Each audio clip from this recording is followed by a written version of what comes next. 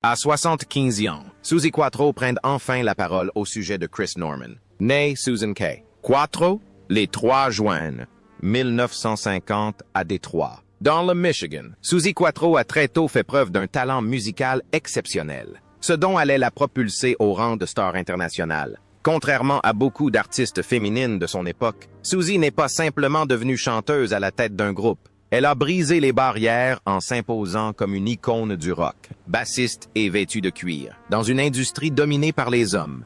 Elle est devenue une pionnière tant sur le plan musical que culturel, et son héritage continue d'inspirer de nouvelles générations de musiciens, issus d'une famille de musiciens. Suzi a baigné dès son plus jeune âge dans le rythme, l'harmonie et l'expression créative. Son père, Art Quatro, était musicien, et la musique était omniprésente à la maison. Cette atmosphère d'encouragement artistique lui a donné la confiance, nécessaire pour explorer sa propre voix et trouver sa place dans l'univers sonore. Dès l'adolescence, elle se produisait déjà sur scène, formant avec ses sœurs un groupe de garage rock entièrement féminin appelé les Pleasure Seekers. Ce groupe était révolutionnaire car il s'agissait de l'un des premiers groupes de rock entièrement féminins à se faire, remarqué à une époque où les femmes n'avaient quasiment jamais l'opportunité de jouer d'un instrument. Suzi jouait de la basse, chantait et dégageait un charisme indéniable, même à ce jeune âge, semant ainsi les graines du style unique qui allait bientôt la propulser sur la scène internationale. Sa vie et sa carrière prirent un tournant décisif au début des années 1970, lorsqu'elle fut découverte par le légendaire producteur britannique Mickey Moe, qui perçut en Suzi une étincelle d'originalité susceptible de la mener au succès.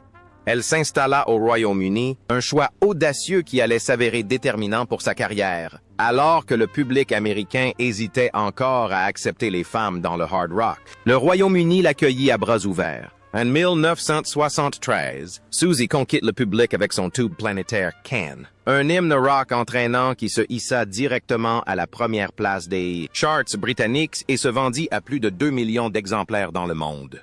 Cette chanson était une déclaration audacieuse.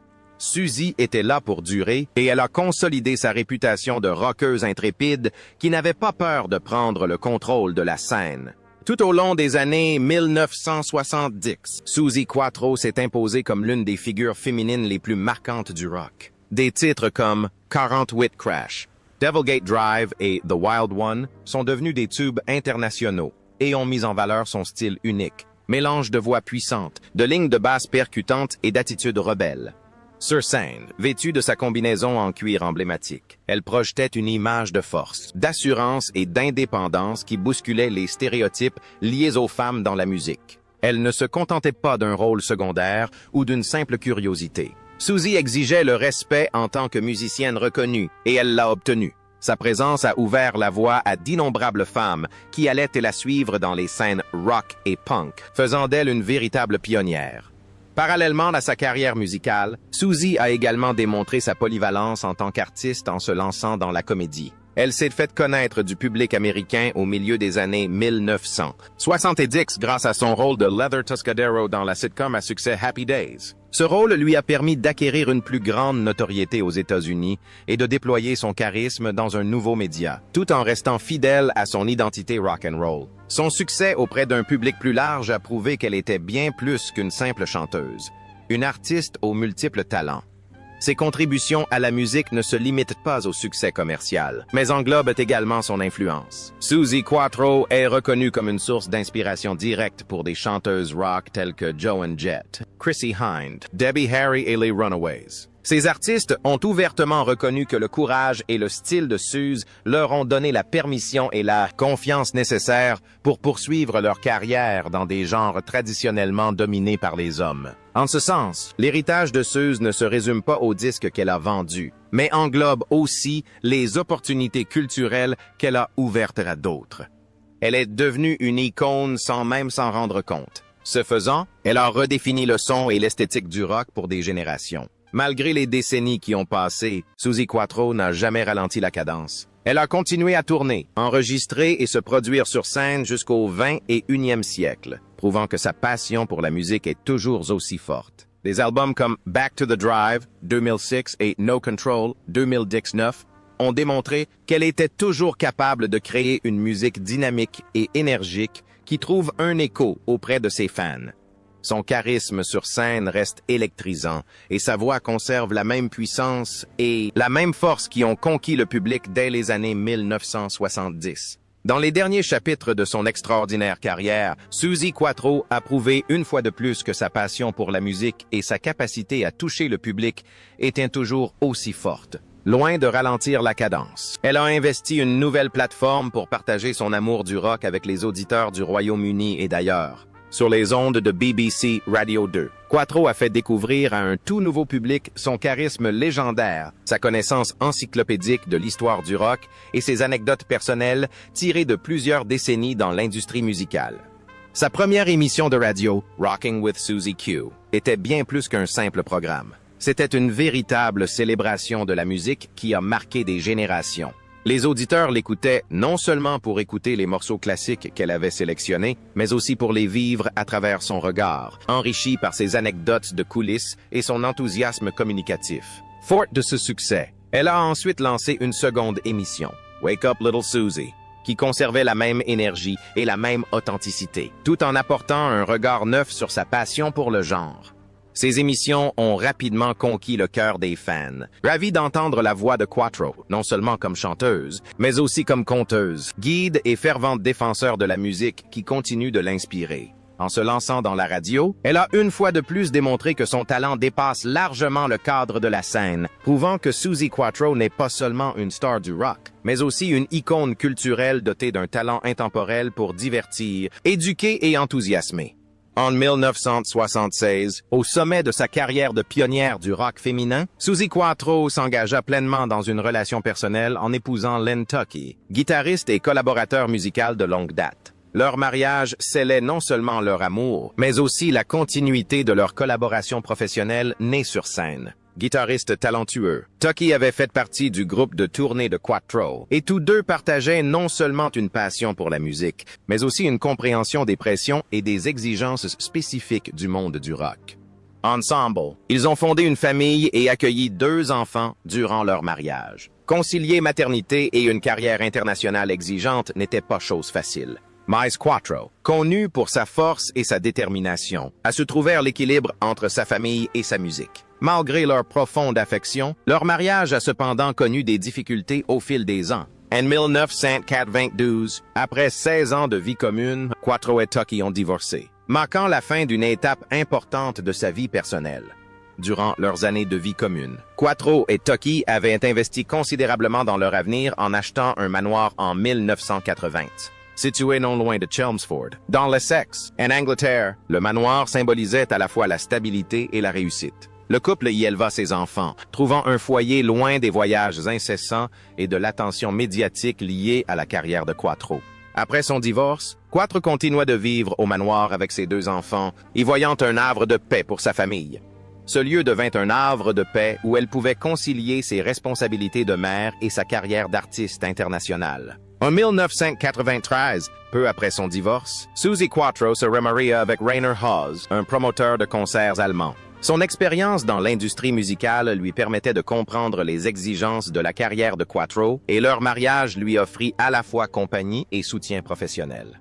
À cette époque, Quatro était une figure emblématique du rock, admirée dans le monde entier pour avoir brisé les barrières pour les musiciennes. Elle bénéficiait sans doute du soutien indéfectible de son compagnon, issu du milieu musical. La famille a toujours occupé une place importante dans sa vie. En 2006, sa fille et son petit-enfant sont revenus vivre à Essex Manor House, recréant l'atmosphère familiale qui lui était si chère. La maison résonnait à nouveau des rires, des cris des enfants et du quotidien familial, atténuant la solitude qui s'installe lorsque les enfants grandissent et prennent leur envol.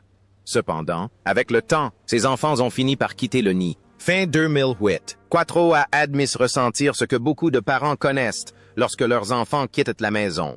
Le syndrome du nid vide. Pour faire face à cette transition, elle a temporairement mis en vente Essex Manor, reflétant à la fois son désir de changement et la difficulté émotionnelle de conserver une si grande maison familiale qui ne répondait plus aux mêmes besoins. Malgré ces changements, Quatro est restée profondément attachée aux lieux qui ont marqué sa vie. Elle continue de partager son temps entre l'Essex et Hambourg, entretenant ainsi des liens étroits avec l'Angleterre et l'Allemagne. Pays natal de son mari, Hamburg, avec son riche patrimoine musical, lui offre également un terreau culturel stimulant. Parallèlement, Quatro n'a jamais renié ses racines américaines, et plus particulièrement sa ville natale de Détroit, dans le Michigan, où son parcours musical a débuté. En partageant son temps entre Essex, Hamburg et Detroit, elle témoigne du caractère véritablement international de sa vie et de sa carrière, incarnant l'esprit d'une femme dont la musique et le vécu traversent les continents et les générations. À 75 ans, Suzi Quatro a passé 5 décennies sous les feux de la rampe, s'imposant comme l'une des premières femmes à avoir véritablement percé dans le monde du rock and roll, alors dominé par les hommes.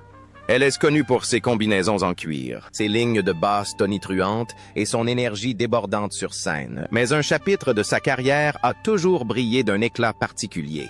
Sa collaboration avec Chris Norman du groupe Smokey. Pendant des années, les fans ont spéculé sur le lien qui unissait les deux artistes pendant et après la sortie de leur duo à succès mondial de 1978, Stumbling In. Aujourd'hui, fort de son expérience et de la sagesse acquise au fil des ans, Quatro se confie enfin plus en détail sur l'importance de Chris Norman pour elle, tant sur le plan personnel que professionnel. Chris était sans conteste l'une des personnes les plus faciles avec lesquelles j'ai jamais travaillé. Suzi m'a expliqué qu'il était totalement humble dans ce milieu. C'est rare, surtout quand deux personnes se retrouvent réunies pour un duo dont aucune ne s'attendait à ce qu'il devienne un tel phénomène. Dès les premières notes, une alchimie naturelle s'est installée. C'était presque sans effort. À la fin des années 1970, Quatro était déjà une star en solo. Norman, quant à lui, connaissait un grand succès avec Smokey, groupe réputé pour son mélange unique de soft rock et de pop aux influences folk. Lorsque le producteur Mike Chapman les a réunis pour Stumbling In, le résultat a surpris Quatro elle-même. Nous pensions toutes les deux que ce serait juste une chanson de plus, peut-être un petit succès si nous avions de la chance. A-t-elle admis? Aucune de nous deux n'aurait imaginé qu'elle atteindrait la 4e place du Billboard Hot, sainte aux États-Unis, et deviendrait un classique que l'on chante encore 45 ans plus tard. C'est la magie de la musique. On ne sait jamais vraiment ce qui va toucher les gens. Pour Quatro, cette expérience ne se résumait pas à un succès commercial, mais aussi à une véritable connexion avec Norman, un artiste comme elle. Elle décrit leurs sessions en studio comme des moments empreints de rire, de respect et d'un sentiment d'aventure partagée. Chris avait une telle chaleur humaine, dit-elle. Ce n'était pas seulement un grand chanteur, c'était un vrai gentleman. Il m'a tout de suite mise à l'aise. J'avais l'habitude de maîtriser ma musique, mais avec Chris, partager la vedette me semblait tout à fait naturel.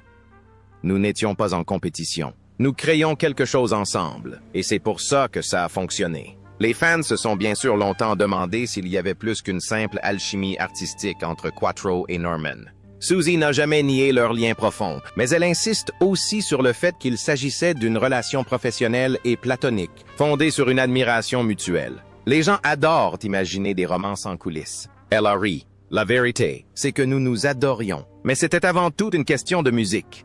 Nous étions tous les deux mariés à l'époque et nous respections cela. Nous avions une amitié et une collaboration musicale qui ont donné naissance à quelque chose d'intemporel. Et honnêtement, c'est encore plus précieux à certains égards. Avec le recul, Suzi Voigt, Stumbling In Stone, mais aussi comme un rappel de la façon dont une chanson peut façonner, la façon dont le monde se souvient de vous. Je serai toujours la rockeuse en cuir avec sa basse, a-t-elle confié.